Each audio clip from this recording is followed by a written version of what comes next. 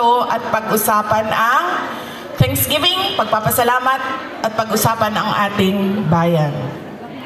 Ang sunod na pagpapasalamat ko ay hindi ko isa-isahin yung mga pangalan dahil baka may hindi ako mabanggit at magtampo. So, isa-isahin ko lang ang mga grupo na kailangan natin pagpasalamatan. Unahin ko muna ang Kingdom of Jesus Christ.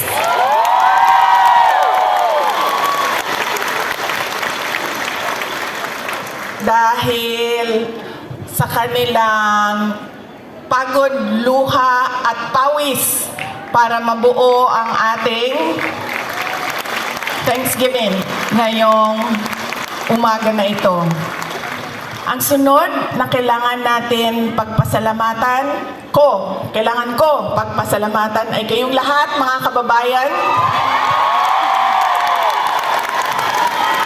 namin, mga kababayan namin dito sa, ang iba galing pang Pilipinas. Marami tayong mga bisita na galing Pilipinas, galing Hong Kong, galing Macau, meron pang galing sa China at merong galing Japan.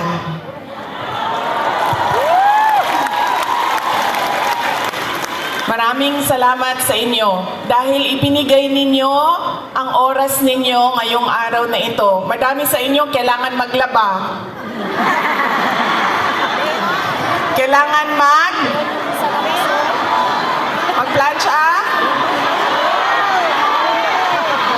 Yes, mag-day off, pero kailangan niyo laban yung damit ninyo. Kailangan ninyo magpa-parlor kasi, 'di ba? Araw ito ng pagpahinga. Kailangan maglinis ng inyong bahay. Kailangan magpa-pedicure. Nakita niya eh. Diba? Kailangan magpa-dentista dahil araw ito ng pagpahinga. So, kailangan ayusin lahat ang sarili.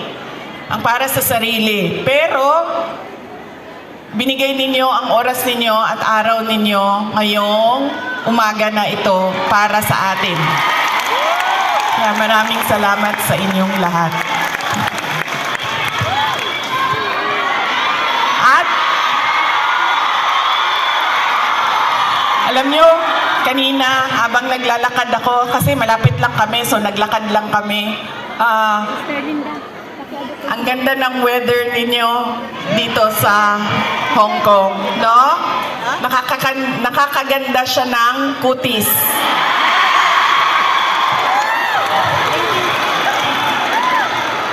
Anong sabi namin na nakatira sa Pilipinas at yung mga nakatira sa mga kababayan natin sa Middle East? Sana all. Sana all malamig ang tinitirhan. Sana all maganda ang kutis.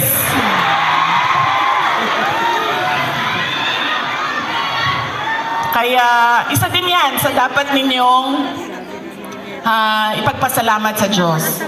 Nandito kayo sa lugar na hindi magulo, maganda ang klima, at lalong-lalo na nandito kayo dahil meron kayong hanap buhay. Hindi natin gusto na umalis ang ating mga kababayan sa Pilipinas. Pero marami sa atin, dahil walang oportunidad sa ating bayan, ay nakikipagsapalaran sa iba't ibang lugar sa mundo para sa inyong mga pamilya.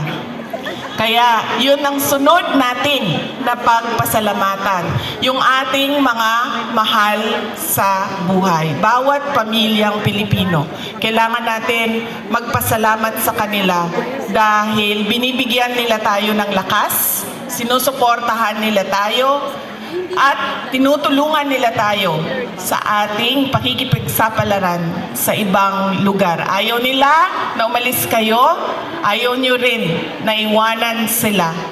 Pero kailangan natin gawin dahil kailangan suportahan ang ating mga pamilya. Okay? Pagpapasalamat ulitin ko sa Diyos, sa Hong Kong government, Hong Kong Police, sa KOJC, sa inyong lahat, mga kababayan.